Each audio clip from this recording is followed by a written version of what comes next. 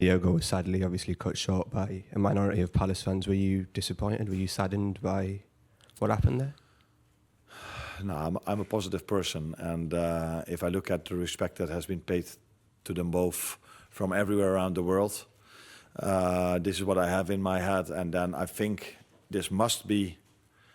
I don't think this was planned, or this was the idea of the fan that made some noise. Maybe he wasn't aware of the fact that it was the minute of silence.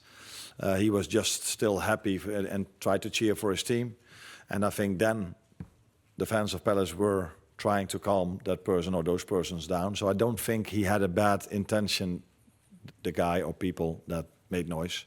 Then they tried to calm him down, but that was a bit noisy as well. And then our fans reacted on, hey, what's happening here?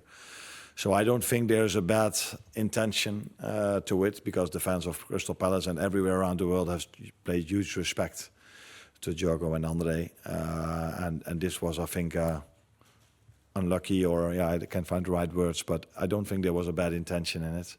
And we will see Friday when Bournemouth come to our stadium how respectful that's going to happen, because then it's also one and a half months ago, I think, 5 weeks ago.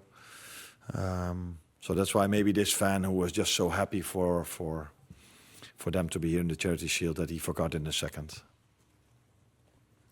And you obviously are creating more chances, like you say, but you've conceded more goals. So how do you get that balance? Because there was 4 debutants playing today. There've been new signings made. So how do you strike that balance between attack and defence?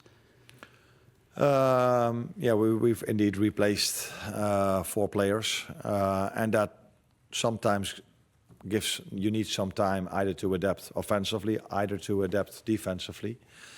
But against Bilbao, we didn't concede one chance at all, maybe one, I don't know, but we've conceded 2 set pieces, which are also a big part of football, but that's not from open play. I don't feel we conceded that much today, but again, conceded 2 goals, because the first big chance they got, that resulted in the penalty. Maybe I forget a few chances, but it felt to me that in the 78th minute, that was their second big chance of the game. But in general, there were not many chances, because they went to a low block.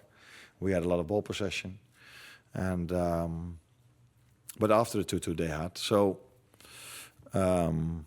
it needs maybe a little bit of adjustment defensively at the moment, because we don't concede a lot of chances, but we do concede goals at the moment.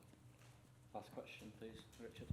Hi, Arne. Just on Hugo Ekitike, what did you make of his performance as a whole, and what will a goal so early in his Liverpool career do for him? I think it's always nice to score a goal, not only for him, also for Jeremy Frimpong, if you start your career at a new club. But it would have been even nicer to win a game of football, because I think that's more important than scoring a goal. But he had a good impact, but he's also an example of a player that came, I think, 1.5, 2 weeks ago in the end of our Asian tour. So for me, with only 3 or 4 days in between the Friday game, it wouldn't be smart to play him 90 minutes, because of